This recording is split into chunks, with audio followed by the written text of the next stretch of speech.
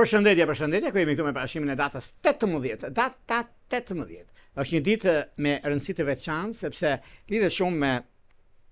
ekonominë, lidhet shumë me ndryshimet që kanë të bëjnë në fusha të ndryshme, sidomos ajo ekonomike, financiare dhe